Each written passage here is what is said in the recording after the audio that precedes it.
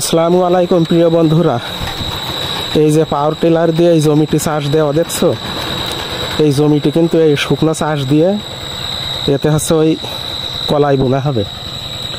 কারণ এখন ভাদ্র মাস শেষ হয়ে গিয়েছে, তবে এই ভিডিওটি করা কিন্তু বেশ কয়েকদিন আগে, তখন কিন্তু এই কলাই বোনার উপযুক্ত সময় ছিল।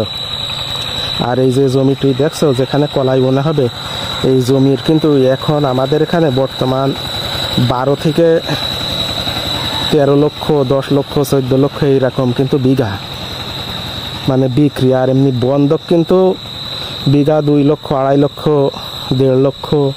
আর এমনি যদি কেউ ভাগে দেয়, বর্গা ভাগে, তাহলে সেটা হবে 5 মণ, 6 মণ, 7 মণ এরকম ধান দেয় বিঘাতে।